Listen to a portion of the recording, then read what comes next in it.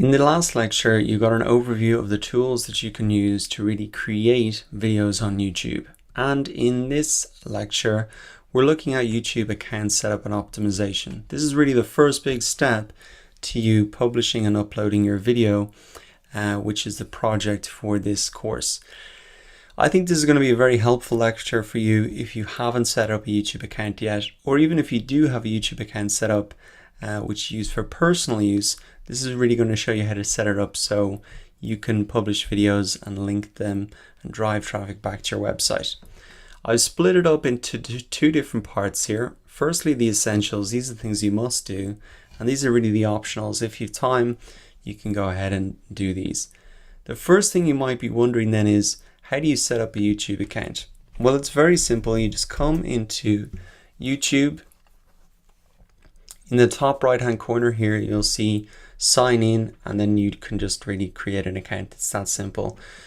I have already got an account set up here. This is just my personal account. This is the same account that I use to watch YouTube videos, and you can also see here that I can upload videos as well. So this account is in my personal name. I've had it for years, and I've only started to upload maybe in the last year. So it's the same account. You don't need any special permissions to upload videos. It's the same account that you use to watch and upload as well. Now, one question you might be asking yourself after you create a YouTube account in your name is, should you have a business channel or just post videos on your normal account? And I've included a link here.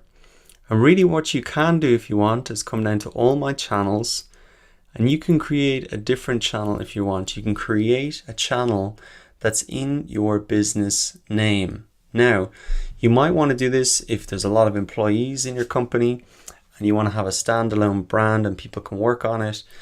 Or if you're like me, where the brand is my name, I'm just going to stick and keep posting on my personal account here. Now, one thing you should note if you are considering adding a channel for your business here is that the subscribers will not transfer automatically between accounts. So if you post a video on this new account, this new channel here, then these subscribers will not be notified, and vice versa. So if you're just getting started, probably the best thing is just to set up in your personal name, and you can always create a new channel later on if you want. Now, once you've set up your channel, either in your personal name or business name, the next thing you want to do is add a channel icon and associate your website, and we can actually get both of these things done here in advanced settings. So you can just click on the link to open that up and close some of these pages down, and you will see here that you can add in the icon here. For me, it's just my profile picture, nothing very amazing about that. But it is important to have a profile picture or an icon for your business because it gets a lot of visibility on YouTube. And let me show you an example here. Your icon really comes up and the name of your channel comes up right underneath the video. So it gets a lot of visibility there. But also if you comment and respond to comments on your own videos, and even if you comment on other people's videos, this is really what people see. So it's important that you have an eye-catching icon or profile picture here. And if it's a face, I'd really encourage you to get tied up on the actual face itself. Or if you have some sort of logo, at least something that is readable even for a size that's this small. So that's really the test you want to be making. Is it really readable even when it's this small? Because that is really how it appears on YouTube as well. So that is the channel icon. It gets a lot of visibility. It's your profile picture channel icon. So make sure it really looks good even when sized down that small. Now the next step is to associate your website. So still in here in our advanced settings, if you come down, you can see that you can associate your website and tell us if your channel is associated with another website. And the reason this is important, and there's more information about it here, is that if you want to link to your website from your videos, so if you want to send people back to pick up that free ebook, if you want to send people back to your blog post within your video, etc., you need to actually associate your website. So inside your videos, you can actually only link to your own website. For example, inside a video here, I couldn't put up a link and then link off to an affiliate website, etc. I'd have to put the link in the description, as they often say on YouTube. So there's a real advantage of associating your website, because that can put the links in your video. And as I said, a lot of people watch these in full screen or on mobile, and so that gives it a lot more visibility. Now it's very easy to associate your website. I'm just going to remove this here, and you can see, just type in your website and click add. Now, because I've already verified the ownership of this website in the Google Search Console, the Google Search Console is connected to this, and that's very easy to do. If you have any problems associating a website, there's loads of instructions here. This is just in the link there. So that's a really must do, because it allows you to link back to your website. So those are the essentials: creating a name, setting up your account, putting in your own name or a business name, adding that channel icon because that gets huge for the visibility, and then associating your website. Now these are some of the optional things, and we're really doing this in the advanced settings here. You can see that you can add an AdWords account if you want to advertise on YouTube. This is really where you would do that. We're not going to do that in this course, but that is something to do, really, especially if you're advertising. Now the next thing that's on the list is linked to Google Analytics.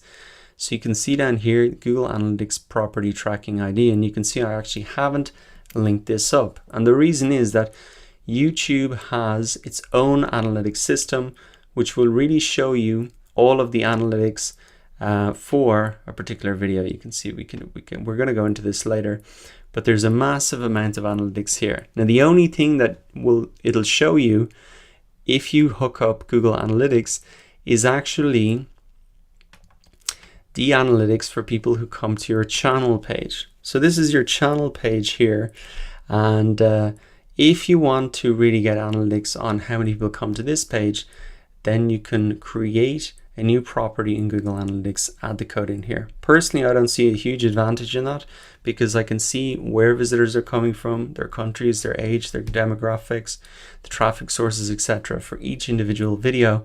And personally, I think that's more beneficial. But I think that often raises questions, why should I be adding it in there? So I hope you understand now it's only really for the channel page. Now the final thing you might want to do is to add in some YouTube channel art. So you can see here that I actually haven't got any art here. It's just kind of a black and white background. And the reason I haven't done it is because it takes a lot of time to come up with something good and appropriate. And if your idea is evolving, you might not have this perfect now. And as well as that, your channel doesn't really get a lot of visibility. People don't come really directly to your channel. They come to the blog posts, or they come to the individual videos, or if they are on their YouTube homepage, they'll just see the notifications here. So nobody really needs to come to your channel, but if you do have time and you're getting quite serious on YouTube, adding channel art is a good idea. And what you can do is use this tool, canva.com. It's got banner templates that you can just really copy and paste and use. And if you come into create a design here, you can scroll down here to social media and email headings. You can see there's a YouTube channel art template. This is the right size that you can really use. You can create a design in here. And this is very easy to use. You can just copy and paste it in. Some of these are paid. You might have to pay, let's see, there could be $1 or something charged for these. But I think there are some free ones here. Look, there's some free ones here. You can change the text very easily, and then you can download it. You probably want to download an image for the web, JPEG size, just a little bit smaller. Download that, and then you can upload that into your ad channel art. There's also probably a lot of services online on Fiverr.com, etc. that will help you design this if you really want to make it look professional. That really wraps up then setting up your YouTube account and optimizing it. Really, these are the essentials. These are the optionals that you can do. So that is the first step to uploading a video. Make sure that you've got that set up. And then in the next video, we'll get on to quite an exciting part, is really keyword research. Find out what your target audience are searching for,